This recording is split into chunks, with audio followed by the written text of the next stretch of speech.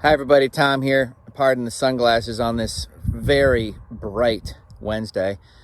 It's coming up on a sobering time of year for fans of the American elm, Ulmus americana. They are in bloom now, and in a couple of weeks they'll be putting out their leaves or not.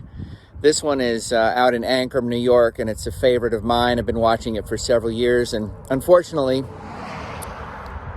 it is losing the fight.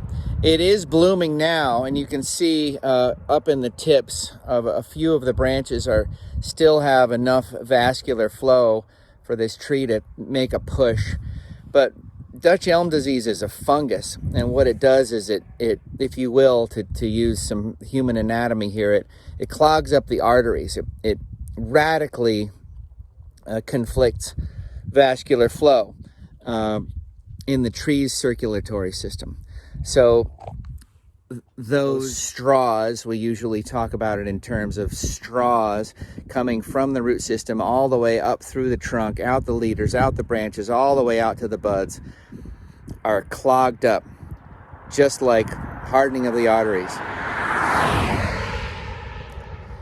And obviously the trees cannot photosynthesize, cannot even push out those leaves if those straws are so clogged up by that fungus.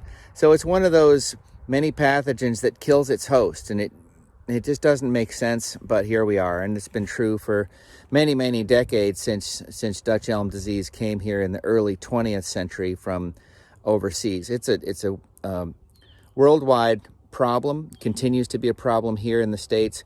Sometimes you'll see a mature elm tree that has lasted for a really long time, and then all of a sudden it goes out like a light. Largely, they'll last as long as they do because they have been isolated. And this is one of the most important components of battling Dutch elm disease is sanitation. So this tree is sick, and it cannot be saved because it's too far gone. There's too much presence of the fungus, and there's too little vascular flow, too small of a live crown ratio for this to beat that disease, even with a lot of help, even with all the chemicals we could throw at it.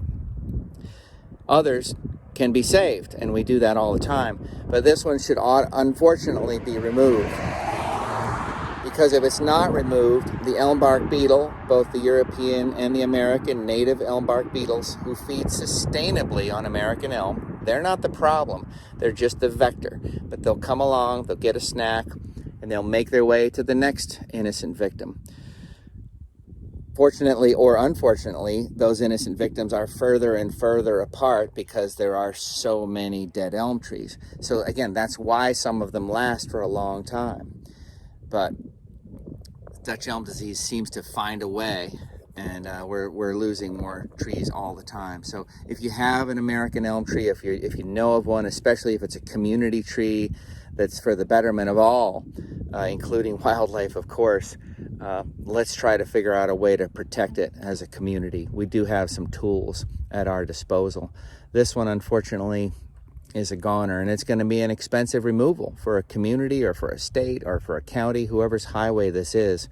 It's unfortunate. You can see all the dead branches. It started to lose this battle over the course of the last couple of years and put up a really good fight. Anyway, I'll come back in a couple weeks and just fingers crossed that maybe it can hold on, but it is diseased, and it is therefore a typhoid Mary, if you will, and the bugs come along, feed upon that, and they can pass it to other healthy trees, and that's not good. Dutch elm disease, American elm, spring of 23, that adventure continues. Be well.